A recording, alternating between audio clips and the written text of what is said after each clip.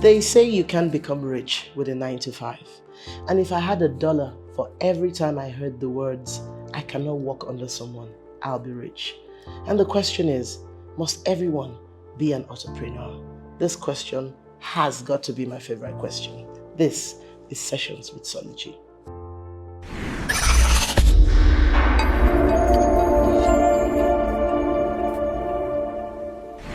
So the rave of entrepreneurship is on. Everybody wants to be a boss lady, a boss king. Like, social media is replete with images of people making it, this is how I run my mornings, this is how I do my stuff, this is me getting on. There's nothing wrong with that. And it's okay for you to be an entrepreneur. And it's also okay for you to have a 9 to 5. Social media will have you thinking that you are inadequate because you don't run a business. And so when people come to me and ask, I'm ready to quit my 9 to 5, how do I get into entrepreneurship? I'm like, slow your roll. Let's talk about it a bit. The two things are not to be compared, being an entrepreneur and having a 9 to 5. Everything has its pros and its cons. You have to first of all understand the type of person you are before you venture into any of them. There are people that are sincerely not 9 to 5 people. They don't have the discipline to sit down in an office, take orders, and do what they need to do. And there are people that sincerely are not called to be entrepreneurs. You don't have to follow the bandwagon. You simply have to maintain your authenticity. I always tell people that entrepreneurship is a calling. It's a calling to provide solutions. You don't just enter into it because everybody's running a business or someone says, oh, you can run this business. Funny story. Let me tell you a funny story. So I used to sell shoes. Funny. I love shoes. And so I opened this company called Fitilicious. And I used to, buy shoes and resell. That time, dollar was very favorable. Let me tell you how that business packed up. I wore all the shoes because I love shoes. And so I used to order them in my size and I wore all the shoes. And of course, that business packed up. Nobody taught me what it took to run a business, and that passion for a business and running a business are mutually exclusive. I'll get to that. Entrepreneurship is not a walk in the park.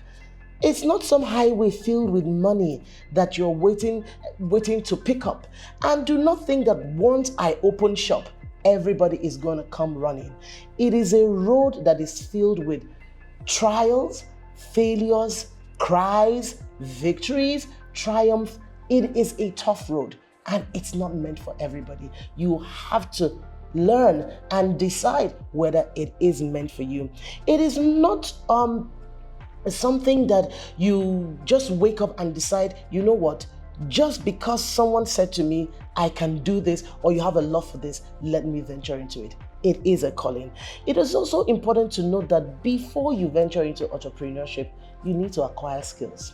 Listen, being in the workplace gives you the opportunity to gain skill, to gain the competence and the knowledge you need if you ever decide to run a business. You have to understand that serving under someone just gives you that platform and the opportunity for you to understand yourself, understand your strengths, and even understand the business that you want to get into.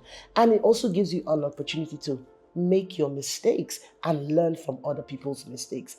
It's sad that we live in a time where serving others has been looked down upon and it seems as if it's something that shouldn't be done. There should be dignity in labor.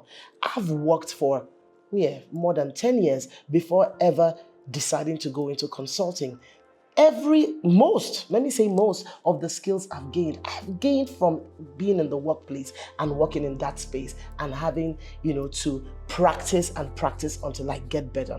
So here are some tips that will help you make a decision to decide, am I cut out for a 9 to 5 or am I cut out to be an entrepreneur? 1, being self-aware is very important. Everybody is not a first man. Some people are built to be second man. Heck, third, or even fourth.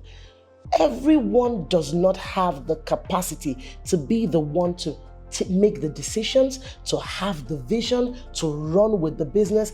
Not everybody can do that. And trust me, the day you open shop as a small business owner or even a big business owner, please know that that is the day that everything dies, end quote. Because why? When you are sleeping, whether you're sleeping or whether you're awake, you eat, think, dream the business. Everything is on you. Whether it fails or it doesn't fail, everything is on you. So you have to be very self-aware and know that no one is designed to do stuff the way you do it. You might not be a first man. You might be a very strong, solid support. There is nothing wrong with that. Number two, if you do want to start a business, please do something you have a passion for. I just told you a story about how I love shoes and I started with that. That's because it can be sustained even in the midst of trials and you having obstacles and having the ups and downs, which you do have when you start a business. So do something that you have a passion for. I don't have a passion for farming, so it would be ridiculous for me to try to run a farm. Some people say having passion for money is all you need. However, some people are not just ready to do just anything for money. Do something you have a passion for. But that leads me to my next point, which is after the passion, ensure that you gain the skill, the knowledge, and the competence required to run a business. Listen, passion and running a business are two opposites. They don't meet. This was why my shoe business failed. I had the passion. I didn't have the financial management skills to sustain that business. Why? I was ordering shoes in my size and saying, oh, when my friends see the shoes on my leg, they're going to buy. No, I was wearing them. I ended up wearing all the shoes and the business packed up. I needed financial management skills.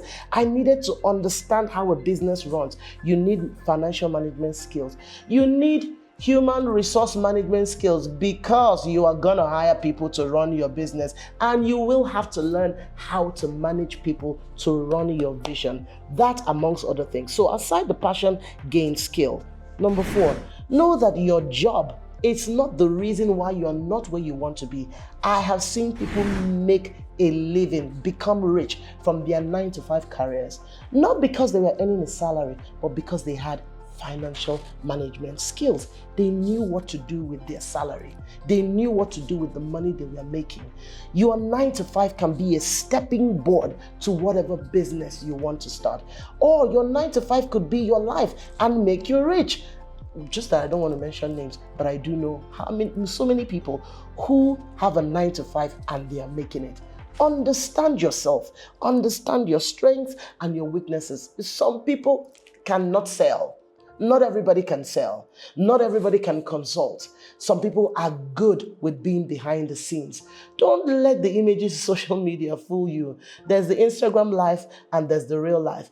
And trust me, the real life have to do with a lot of bills, especially as an entrepreneur. Sometimes, let me confess, sometimes I do wish I was working for someone so that I don't have to think about so many things by myself. Because even if you hire people, you still do have to think about how the business is running and will run in the future.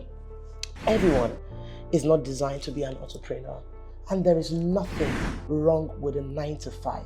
I need you to cherish where you are on the way to where you're going. And I usually would ask this question. If everyone is meant to be an entrepreneur, who are you going to hire? Who would you hire to run a business if everybody is a boss lady and a boss king? Be aware of yourself and do you.